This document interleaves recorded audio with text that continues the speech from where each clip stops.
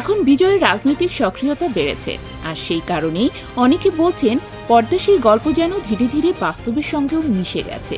সামাজিক মাধ্যমে ছড়িয়ে পড়া নানা পোস্টে সিনেমার ঘটনা প্রবাহের সঙ্গে বর্তমান পরিস্থিতির তুলনাও টানা হচ্ছে। দক্ষিণ ভারতের বিনোদন অঙ্গনেও বিষয়টি নিয়ে আলোচনা চলছে। রজনীকান্ত, ধানুষ, রশ্মিকা মান্দানা এবং আর রহমান নানা সময়ে বিজয়ের রাজনৈতিক পদক্ষেপে শুভকামনা জানিয়েছেন। তামিলনাড়ুর রাজনীতিতে সিনেমা থেকে উঠে আসা নেতাদের ইতিহাসও নতুন করে মনে করিয়ে দিচ্ছে এই বিতর্ক। জি রামচন্দ্রন আর জয়ললিতার মতো নামগুলো সেই ধারার সবচেয়ে বড় উদাহরণ। তাই বিজয়ের ভবিষ্যৎ নিয়েও কৌতূহল এখন তুঙ্গে। পর্দার কল্পনা আর বাস্তব রাজনীতির এই মিল খোঁজার গল্পেই আবার আলোচনায় উঠে এসেছে সরকার আর থালাপতি বিজয়।